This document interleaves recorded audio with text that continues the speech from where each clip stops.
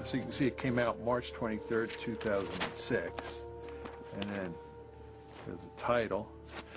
I believe that the Harvard version has been downloaded over 350,000 times. Well, the United States supports Israel in a variety of ways. We give them all sorts of military and economic support, roughly $3 billion a year. Israel, despite the fact it is a relatively rich country, receives more foreign aid than any other country in the world. We veto resolutions in the United Nations all the time that are critical of Israel. Ceux qui sont contre, 14 voix pour, une voix contre. Le projet de résolution n'est pas adopté par suite du vote négatif d'un membre permanent du Conseil. Those against? Those against? Ceux qui sont contre. And the United States is actually talking about using military force against Iran. Now the question is, why is the United States so deeply concerned about Iran acquiring nuclear weapons? The reason it is that big a deal at this point in time is because of pressure from the lobby.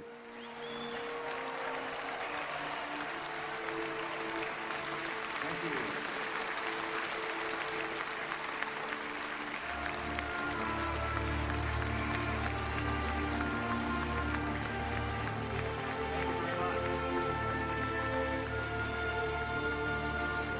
The article basically says that inside the United States there is a powerful interest group that is deeply committed to shaping American foreign policy in ways that work to the benefit of Israel. And second, the article argues that the policies that the United States ends up pursuing in the Middle East because of the lobby's force in the decision-making process are not in the American national interest.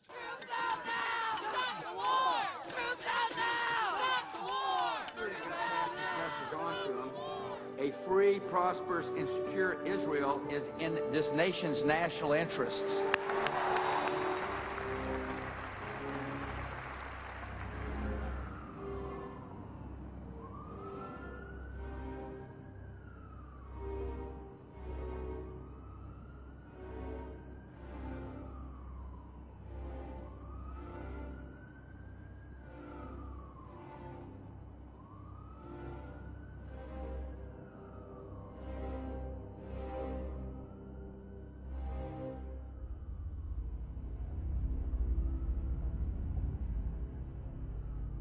The scholarship is appalling in this piece.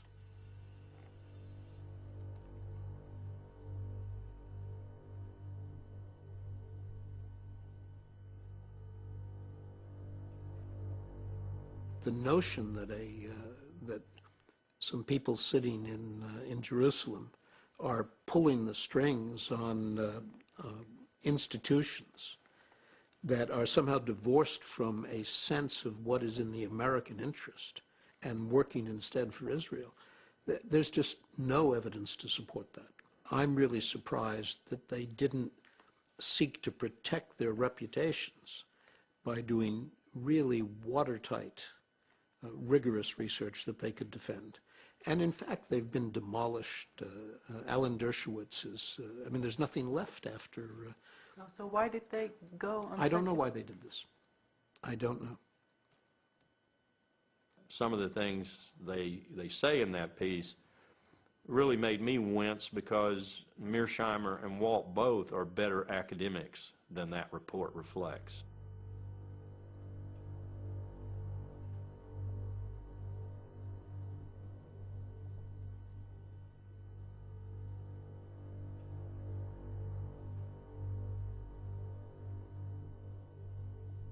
But it does shed some light on a number of aspects, the most important of which is that we don't debate this issue in America. You know, you can't talk about this in America. That's the most important thing they did.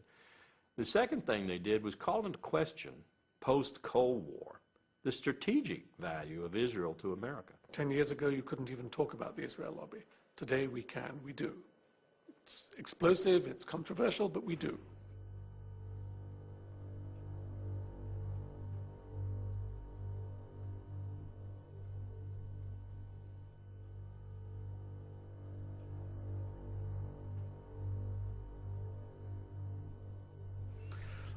I wrote an article for the New York Times at the time of the Mearsheimer-Walt essay came out, in which an op-ed, and they asked me for this when I said you should have written about the Mearsheimer-Walt. They had not said anything, and they agreed, which was already a change, but they insisted that somewhere in the article I identify myself as a Jew, because this would give them protection. Controversial article about the Israel lobby. Yes, but he's Jewish, it's okay. That's where we are. It's not fun to be called an anti-Semite. It's not fun to be told that your scholarship is shoddy. And it's not fun to be pounded day after day and to see very few people standing up in your defense. But again, we knew that was coming. We knew that was the price of writing the article. They're right, but they're wrong. Now, they're right from a strictly geopolitical, geostrategic point of view. That is to say, what I spent my life studying. Israel no longer provides the United States a strategic value like it did during the Cold War. Not only that, Israel is a strategic burden on the United States. That's a big difference from Cold War days. At the same time, the fuller, more comprehensive strategist in me says that doesn't matter, because the connections between America and Israel are so great and so strong that geostrategy, political strategy, whatever you want, grand strategy, is of no consequence here. You actually take that psychological component up to the level of grand strategy, and you say, America can't get out of this even if it wanted to. So, Mr. Walt, Mr. Mearsheimer, you may be technically right, but you are pragmatically wrong, because America simply cannot say, Israel, you're on your own. It just wouldn't work. And one of the reasons it wouldn't work is because we have a very powerful Jewish lobby in America.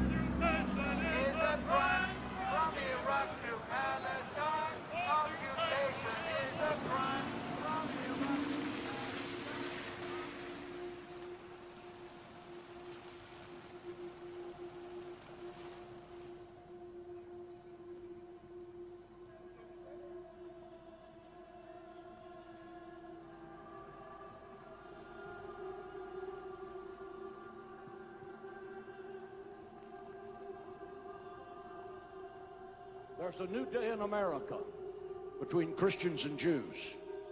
We don't agree on everything, but we agree on this, that we are going to be together, inseparable, in the defense of Israel and the Jewish people.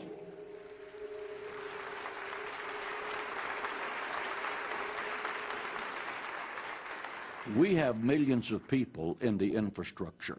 We have over 22,000 spiritual leaders, and some of those spiritual leaders have 1 million or 1.5 million names on their mailing list. We have the major radio, television ministries in America supporting what we're doing, because every evangelical believes the Bible, and the Bible has a clear mandate to be supportive of the state of Israel.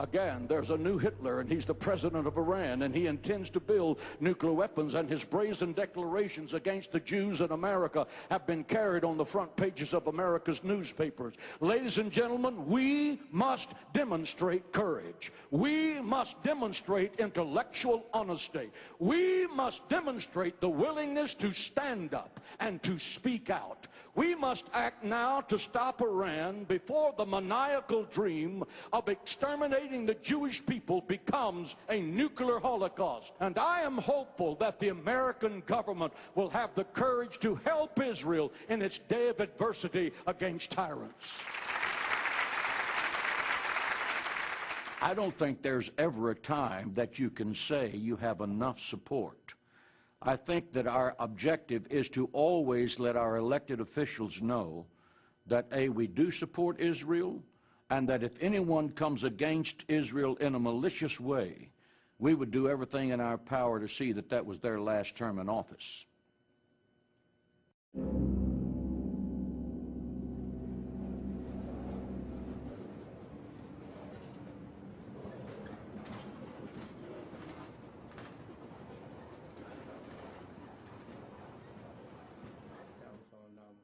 For those guys that were on the campaign with me during the 2002 election. And I wanted to get a copy of your tape of those commercials that had run. Give me a call. I'm in office 326-8844. Thank you. What AIPAC did, some members of the United States Congress, rather, they put in resolutions condemning Libya. And they just kept them in the resolutions with Syria and with Iran and with Iraq. They kept putting them in that in resolution and kept pushing for all kinds of sanctions, all kinds of action against them. And of course, I voted against the resolution, and others started voting against it. And I think what later I found out what really made them angry, other members of Congress came to me and wanted to know what was happening, and I was telling them, we're trying to negotiate. So what happened? I was looking at CNN. Several people had called me and told me what they had seen and heard, and they told me, look at CNN.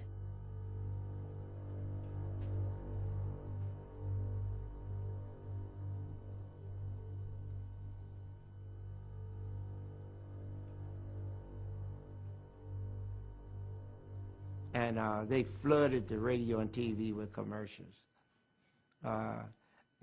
Those commercials, and you have to understand the mode that the country was in.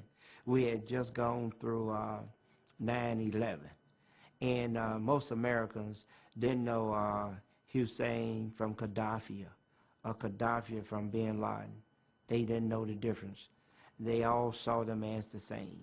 And the commercial, many commercials, put me with them, saying I supported them. Support and finance international terror network. It had image of the airplanes flying into the World Trade Center. I tell you, I was dropping rapidly in the polls. We had continued polling. I was dropping rapidly in the polling. I tell you, it was, you have to admit it was well planned and they executed it. Afterthought, it said, my goodness, they had it together. I lost the election.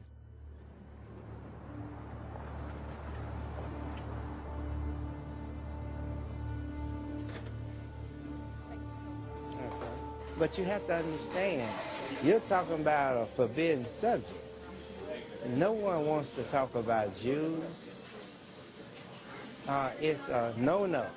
It's like you're talking about something that's wrong. You're not even supposed to give your opinion. So you think it's very difficult for me to even ask questions about the Israel lobby in Washington? Absolutely.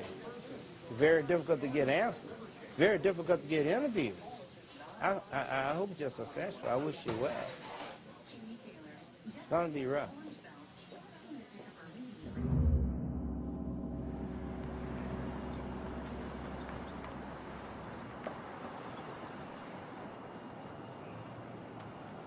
There is an enormous, very, very powerful machine out there that notes immediately when someone takes anti-Israel positions and moves out on the attack. I'll give you a very concrete example. I had mentioned the Mearsheimer-Walt study once in a seminar at one of the universities where I teach, And within 48 hours, I had an email from Alan Dershowitz. Who is he? Alan Dershowitz is a Harvard professor who protects the Jewish lobby in America like an attack dog. I had an email from him, and the email essentially said he didn't think I was doing justice to the American-Israeli relationship, to Israel's existence in the world, etc., by citing the Walt Mearsheimer report because it was so heavily flawed, mistaken, and so forth. And he even attached his own attack on the Walt Mearsheimer report and advised me to use it as counterbalance in my seminar. Well, I wasn't even using the report in my seminar. I simply had mentioned it as evidence of some people's ire, if you will, with the lack of discussion, the lack of debate on these issues in America. And within 48 hours, I had one of the attack dogs for the Jewish lobby coming after me. But how could he know this? There are people all over America, on campuses all across America, who are set up to do just what he did, to protect the interest of Jewish Americans, and particularly the interest of Israel in America. In that sense, the Jewish lobby is probably more organized and more able to move swiftly against any potential threat than any other lobby. I was invited this autumn to speak at an organization called 2020, and we agreed on my subject, U.S. foreign policy and the Middle East and the Israel lobby, because this was a big issue in the newspapers at the time. And I heard nothing until about a week before my talk. I was informed by her secretary, the president of this organization's secretary, that we would be meeting at the Polish consulate, which is the usual place apparently where they met. And then the next week, 2 hours before I was supposed to talk, I had a telephone call from the organization's leader, terribly upset, saying the Polish consul general had cancelled the talk there at the consulate because of telephone calls he had received from the American Jewish Committee and the Anti-Defamation League. Well, the consul's position I can understand is very difficult. Poland in this country, if you say to someone, Poland, the thought they have is anti-Semitism immediately. So Poland has a problem of overcoming this image here. The new Polish government, which is not a very attractive one, has nonetheless been working very hard to try to build good relations with Washington, to be friendly with Israel, to show that it's a good guy, and so on these subjects. And now suddenly someone comes along and says to the Polish Consul General in New York, you know, Tony Judt is a very controversial character, he's anti-Israel, his remarks some people think are anti-Semitic, are you sure you want to have him? Bad for your image, bad for your diplomacy. But why would the Poles stand up heroically for my right to speak? They have bigger concerns, so I don't blame them. The lobby, what it's doing is it's going after people in a really hard-hitting way for the purposes of shutting us down, and also for the purposes of sending a message to other people that if you follow in the footsteps of Jimmy Carter, or you follow in the footsteps of Tony Judt, or you follow in the footsteps of John Mearsheimer and Steve Walt, you will pay a serious price for your transgressions. Right? So that's a deterrence model. They're trying to deter other people from doing what we did.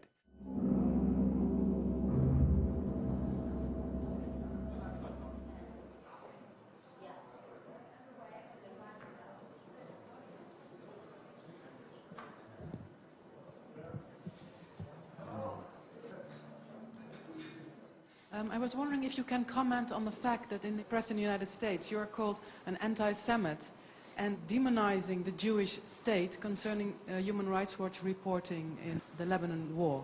Human Rights Watch's fairly extensive reporting during the war, reporting that I should say focused both on Hezbollah's indiscriminate attacks into Israel and on Israel's indiscriminate bombardment in Lebanon, was met by some reflexive defenders of Israel, not with rational discourse, not with a discussion of the facts, but with name-calling, including accusations of anti-Semitism, of blood libel, of this or that. We're used to being attacked by, say, the governments who we're criticizing. But in this case, the Israeli government was actually rather quiet. And indeed, we had what you might call a reasonable dialogue with the Israeli government in the course of the war about what was happening in Lebanon. But it was the supporters of the Israeli government, principally in the United States, although to a limited extent in Israel, who came at us full force.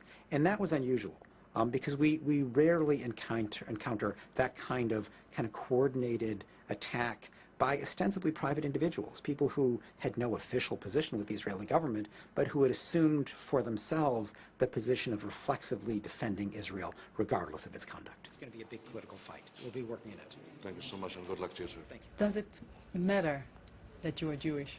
I think in the course of the debate over the Lebanon war, it was significant because it was harder for the reflexive defenders of Israel to simply dismiss me as being anti-Semitic. It just didn't have any credibility. My father fled the Nazi Holocaust.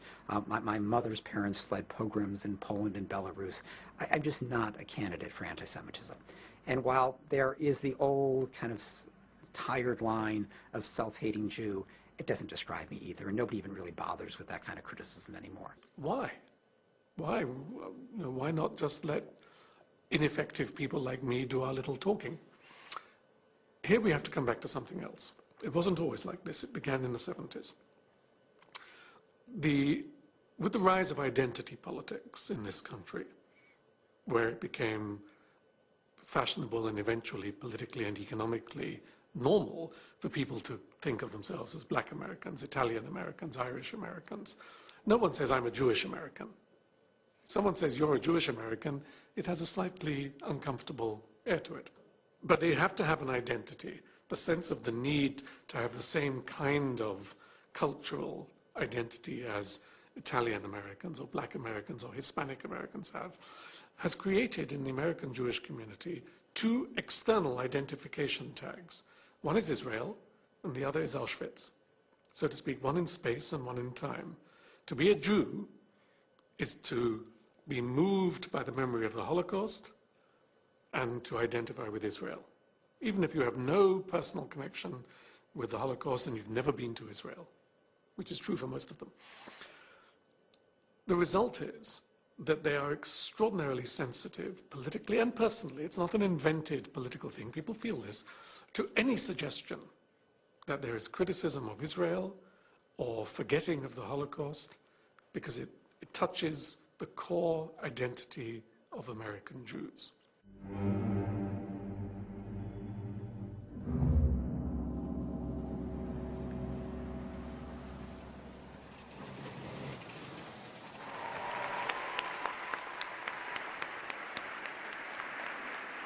The state of Israel was the dream of your ancestors, made a reality by your grandparents and your parents.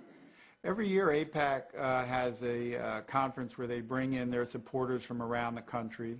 They meet in Washington, a very powerful group that attempts to affect legislation and other aspects of U.S. policy on the Mideast.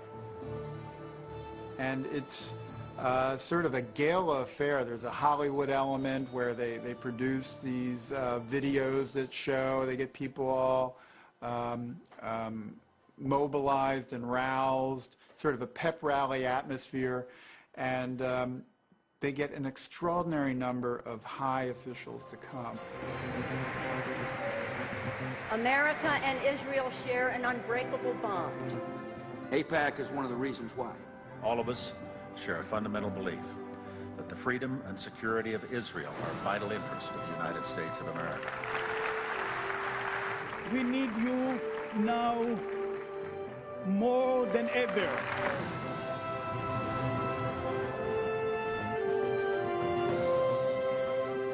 It's become like it's a ritual where the officials have to go to sort of show that they are on AIPAC's side. You know, half the Congress shows up, top administration officials, and they have a keynote speaker every year who is invariably at the very top. From Florida, Bill Nelson. From Nebraska, Ben Nelson. From Illinois, Barack Obama. From Arkansas, Mark Pryor. Can we have a picture first, please? Hey,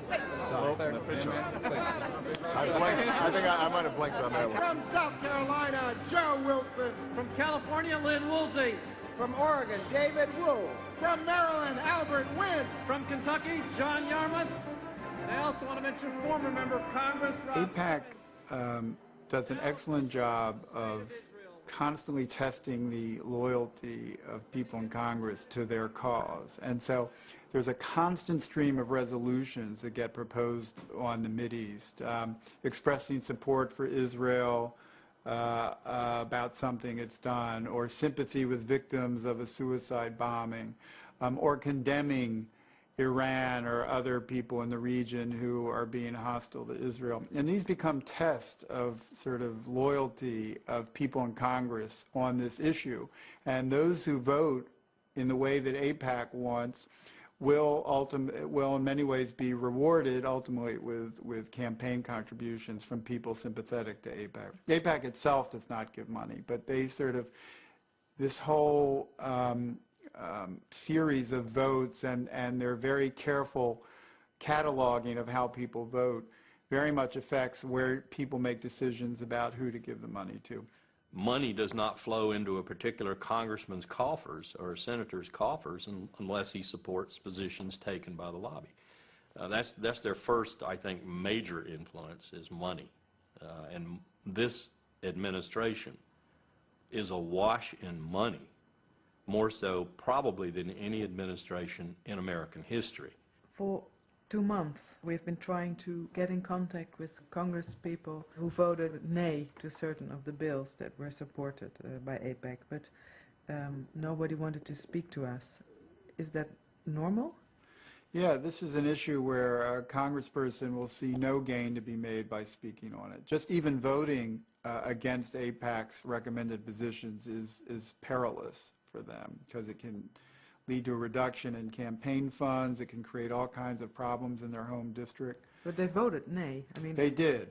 But they don't want to go even more public about it. A film clip in particular, can you imagine a campaign opponent using that? It could become the basis of a negative campaign ad. And look, this person is against Israel's interest. So whenever I have spoken to people on Capitol Hill about this, it's almost always on a not for attribution basis.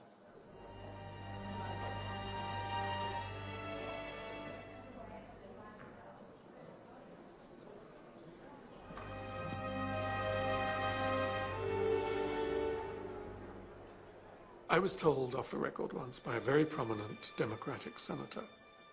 We were at a meeting in Paris, and it was late in the evening. We were sitting in a hotel. He was talking about the Middle East, and he was saying things about Israel which were very similar to the criticisms that I would make. And so I said to him, "But you never say these things in the Senate. Why not? Is it because you're worried about the Jewish vote?" He said, "Forget it. It's nothing to do with the Jewish vote. I come from a state, I can't tell you where, because otherwise, where there are very few Jews, and they're all going to vote for me anyway, so it doesn't matter. So it's not the Jewish vote, that's not the issue. It's not money, I don't get money from the Israel lobby, that's not the issue."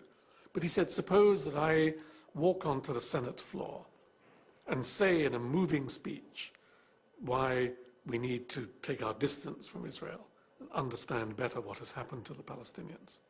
Maybe I would win 5, 10 senators over to a general motion criticizing Israel, maximum. He said, but that's all I could get. And he said, in return, I would be finished in the Senate, because no one would ever vote again for my needs. If I wanted to move something for my state, or an education bill, or a financial bill, or a tax bill, or anything to do with domestic policy, nothing to do with Israel, I would be punished. I bet that it's impossible for either Steve or I to ever get a high-level policy-making position in the American government. For example, Steve was invited to go to a dinner with an aspiring presidential candidate at Harvard, And the person who had invited Steve to this dinner came to see Steve about a week after the piece came out, and she said that she had to disinvite him from the dinner because the presidential candidate's staff had called and said that it would not be acceptable for the presidential candidate to be at a dinner with him. America and Israel have a special friendship. You have devoted yourselves to strengthening the bonds between the United States and Israel. The United States will stand with Israel now and forever. If a politician would rise with this point of view, that the United States should stop supporting Israel, what would be the effect, do you think? He'd lose the next election. Almost certainly. Now, there may be a district here or there out of the... We have 435 members of the House and 100 senators, 535. We have 52 governors. It's certainly possible that some congressional district somewhere would re-elect a candidate who had said we should abandon Israel, reject the relationship with Israel. But it's pretty unlikely, and I would be surprised if there are more than 2 or 3 or 4 congressional districts in which it's even conceivable. I appreciate but we can't vote you, and That's I'm okay. sorry. But I appreciate the friendship. If you will come in Italy, I want to introduce you with a member of a parliament, Italian parliament. I would enjoy that very much. Okay? Thank you so much. Thank you for everything.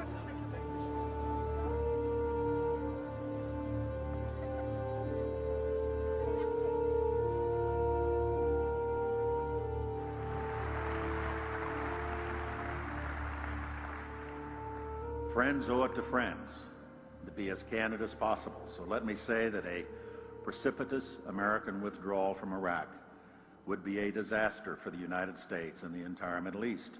A sudden withdrawal of our coalition would dissipate much of the effort that's gone into fighting the global war on terror and result in chaos and mounting danger.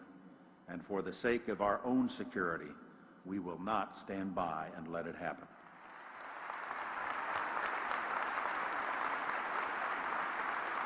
I would argue that had you not had all of these neoconservatives prominently placed inside the Bush administration, that Colin Powell would have never ended up giving that disgraceful presentation in early February 2003 that played such a critical role in turning American public opinion.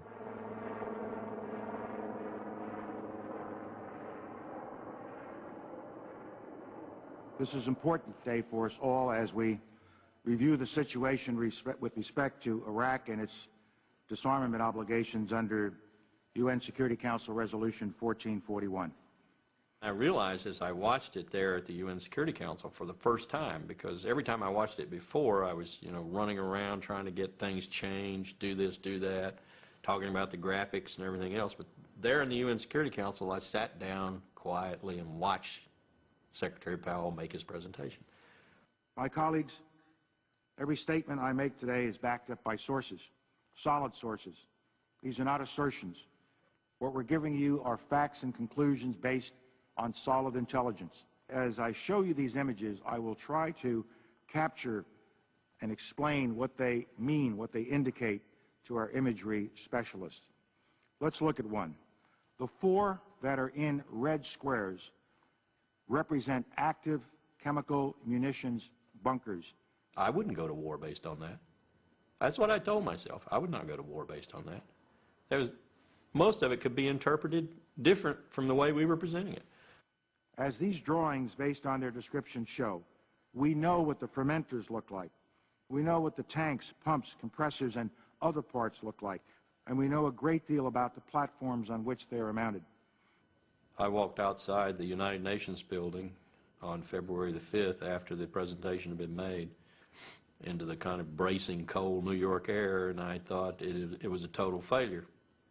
I thought I had failed because I was the person who put it together, responsible for putting it together.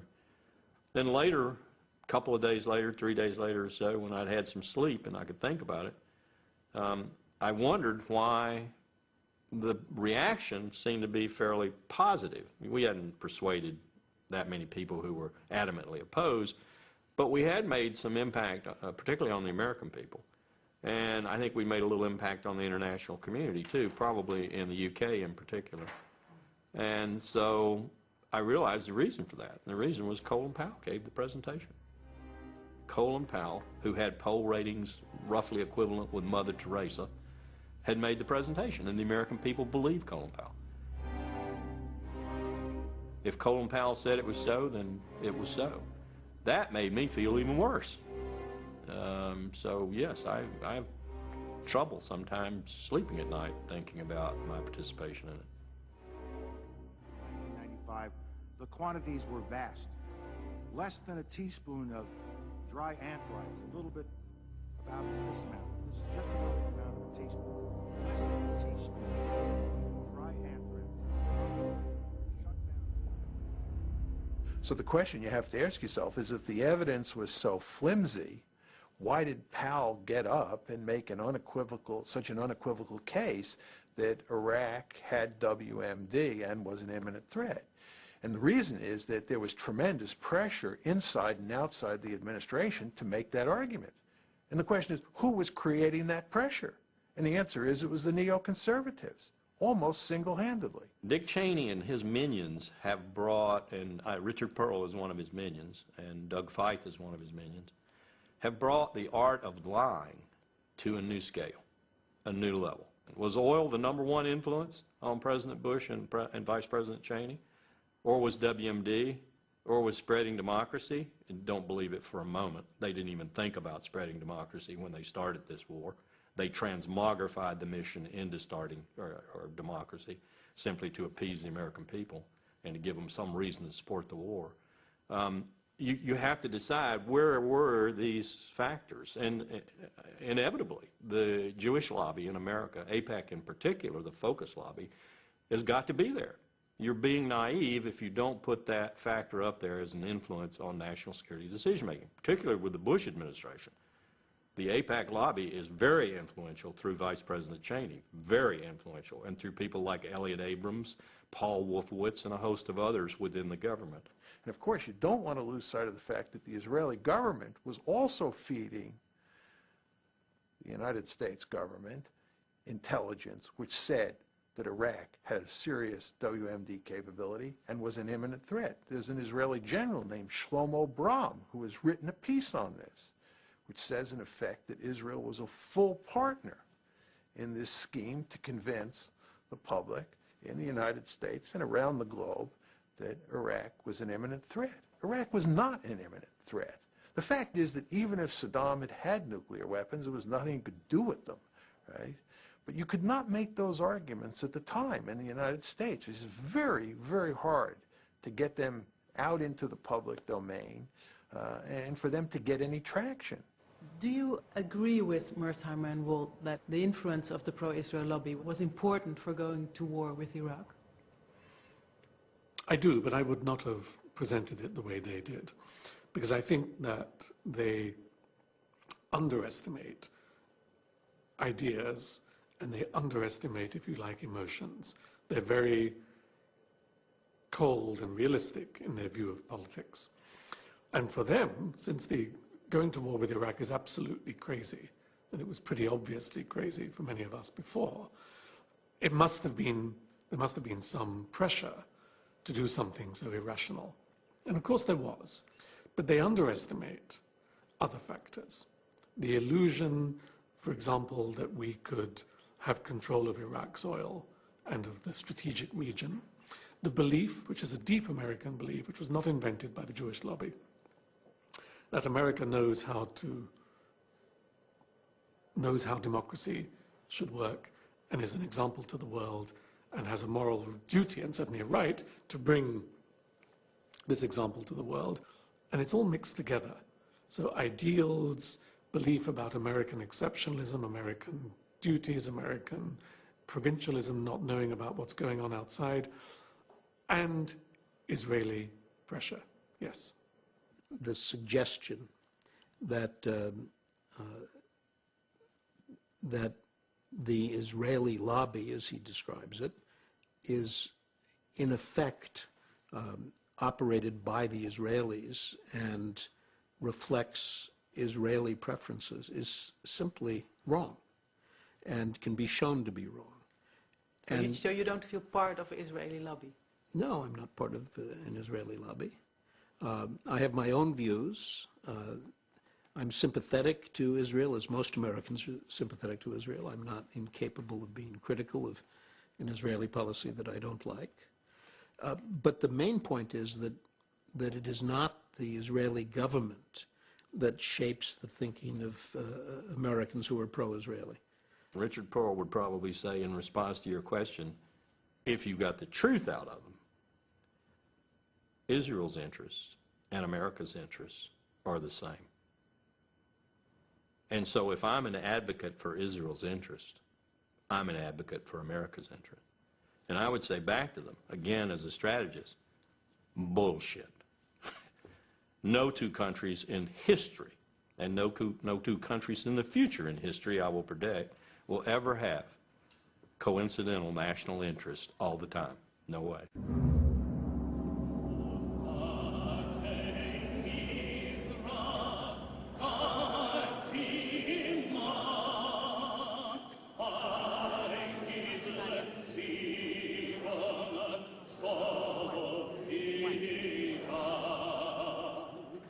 I don't want to kind of develop this great sense of victimhood, but I do feel, and it's, you know, I come here and I feel that we in Israel have paid the price.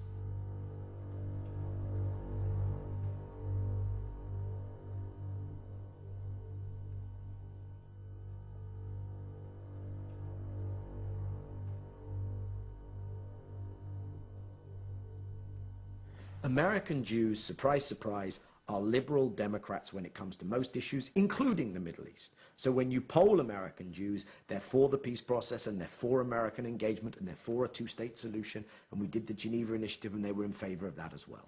But the institutional, organized leadership of the community has kind of taken things in a very different direction. And I do feel that for their own reasons, reasons that I understand, reasons that are not unique to the Jewish diaspora in America, reasons that are prevalent in many diaspora politics around the world. It's to do with my identity in a diaspora, it's to do partially with guilt, it's to do with my own political role in my new host community, etc., etc.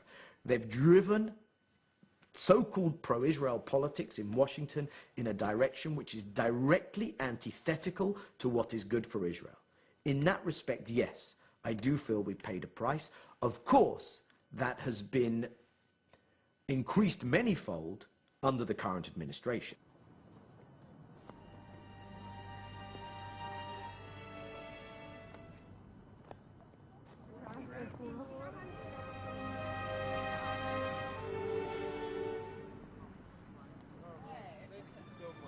America has become part of the Israeli victim narrative.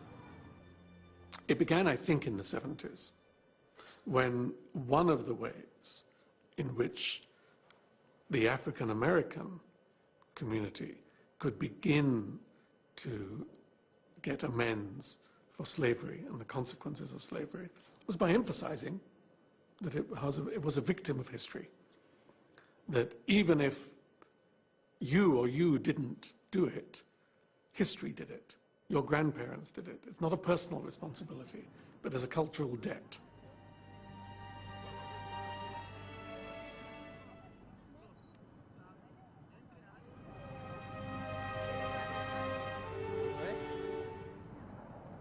And the Holocaust, of course, is the ultimate victim narrative. And David Ben-Gurion, the first Israeli prime minister, knew this very well because he turned it to advantage, giving Israel as a whole country a victim narrative.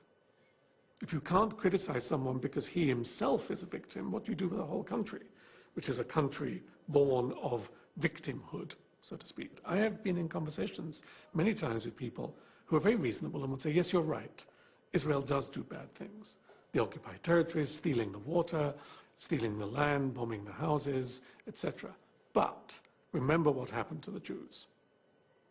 There is a background, there is a history, there is a reason, there is an excuse for this.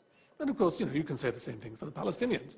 Remember what happened to the Palestinians, After the Nakba in 1948 and so on, 1967, no wonder they have suicide bombers. You can always do this. There's always a relationship between collective past suffering and present individual actions.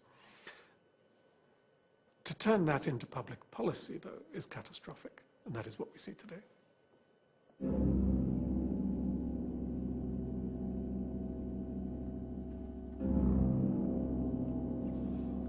The what if.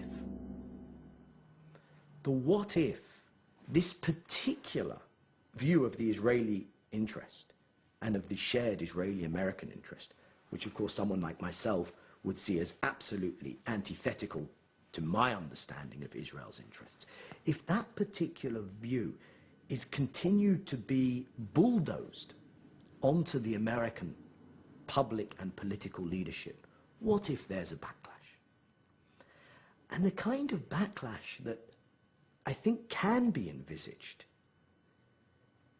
is the kind of backlash whereby eventually enough of the American public, and eventually by extension their elected public officials, turn round and say, we need to disengage from our overstretch in the Middle East. Could be that as a consequence of what happens in Iraq and what happens in Iran, that people become very angry with our relationship with Israel, and there's just an upsurge of public opinion. It could be that you have 2 or 3 senators who come out and make a very forceful case for changing our policy. It just isn't going to happen. It is not going to happen. And you could eliminate, by some waving a magic wand, you could eliminate the Israeli lobby that Walt and Mearsheimer talk about, and everything I've said would continue to be true. I will make a prediction. If this president orders us to go to war in Iran in the next 2 years, and he orders any considerable ground component to participate in that, Marines or Army, then I think you're going to see another major exodus from the armed forces, general officers, because I think they understand just how colossally wrong such a decision would be and how much that would be the precursor for, call it what you will, World War III, World War IV.